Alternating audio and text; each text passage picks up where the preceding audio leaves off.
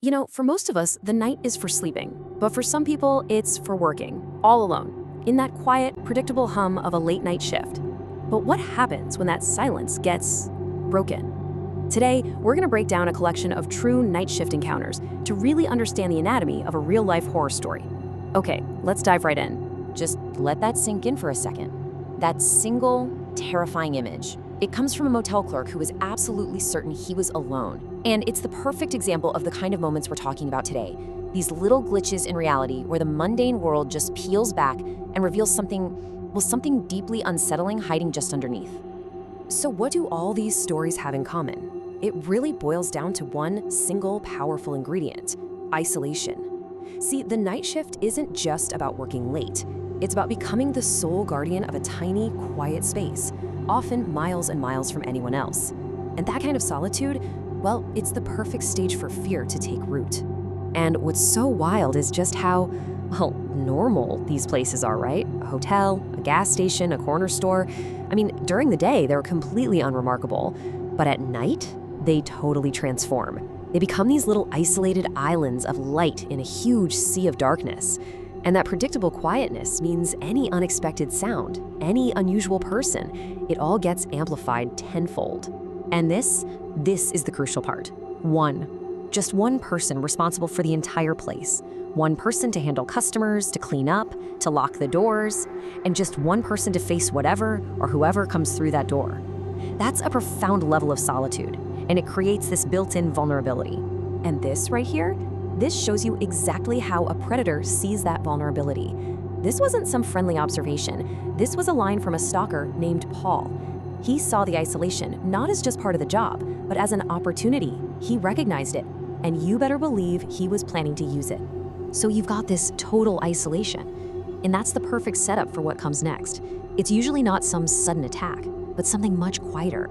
It's that subtle, chilling moment when your brain registers that something is fundamentally wrong, even if you can't quite put your finger on why. All right, let's break this down because this is where it gets really creepy. Each one of these actual behaviors, they're all taken from these stories, and each one is like a glitch in the social code. A hotel guest is supposed to go to their room, right? Not just sit there staring at a dead TV screen. A credit card transaction is supposed to show up in the system. When these basic rules are broken, it triggers this internal alarm. It's that feeling that the person in front of you, they aren't playing by the same rules as everyone else. So what is that uneasy feeling, really? Well, it's a survival mechanism. It's basically your built-in alarm system firing up. Your subconscious is picking up on all these tiny cues, weird body language, odd behavior, details that just don't add up, and it's screaming a warning at you long before your conscious mind can piece together all the evidence. In every single one of these stories, that gut feeling was the first and, honestly, the most important line of defense.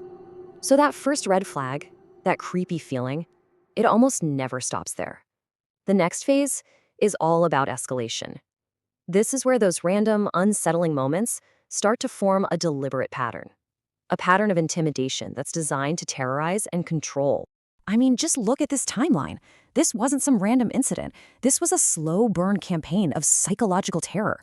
Over 5 hours, this guy systematically violated the safety of that hotel. First by just being there when he shouldn't be, then by moving, hiding, and finally by targeting a guest's door. He was testing boundaries, pushing the envelope, and just cranking up the pressure minute by minute. And it's the same story with the stalker, Paul. He had a playbook, a step-by-step guide to terror. He started with those intrusive questions to create this false sense of intimacy. Then he moved to loitering, just to establish his presence, to make sure she knew he was there.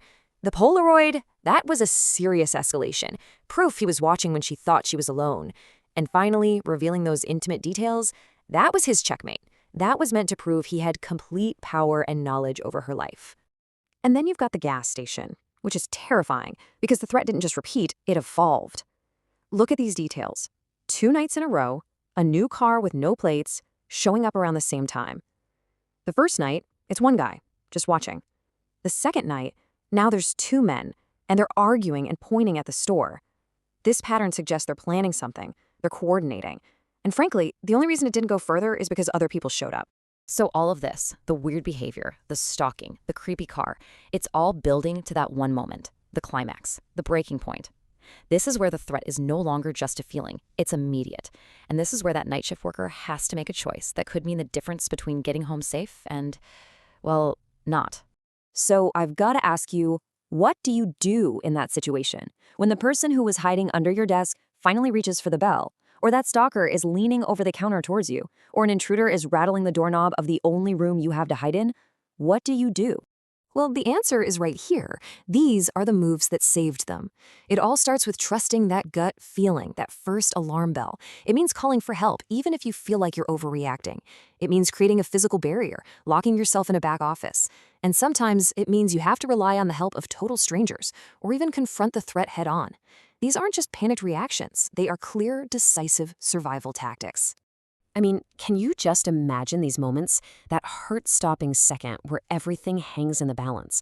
That slow, deliberate rattle of the doorknob from the hotel intruder, the stalker's unnervingly calm voice when he's finally told to leave, the suspicious car finally peeling out when they realize they've been spotted.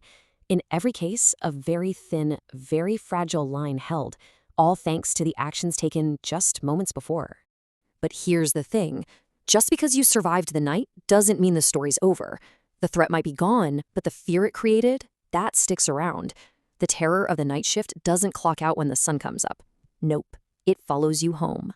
And this chart really shows what that aftermath looks like. It's not just a bad memory, it fundamentally changes how you see the world. It's hypervigilance, that constant need to check the locks, to look over your shoulder. It's making huge, life-altering changes, like Meredith having to move to a whole different town. And it's a lasting anxiety that turns something completely innocent, like headlights in your rearview mirror, into a potential threat. And this final quote from Meredith, man, it is absolutely chilling, and it just says it all. It perfectly captures that deep violation that just lingers. The real horror wasn't just what he did. It was the realization that he had been thinking about her, studying her, practicing her name, long before she ever knew he even existed. It's a theft of your feeling of safety, and that's something that's almost impossible to get back. So in the end, the horror of the night shift isn't really about ghosts in the dark. It's about that terrifying, very human realization that even when you are the only one around for miles, that silence might not be empty. It might just be holding its breath. And that leaves us with one final, unsettling question. When the quiet hours are filled with unseen watchers, is anyone ever truly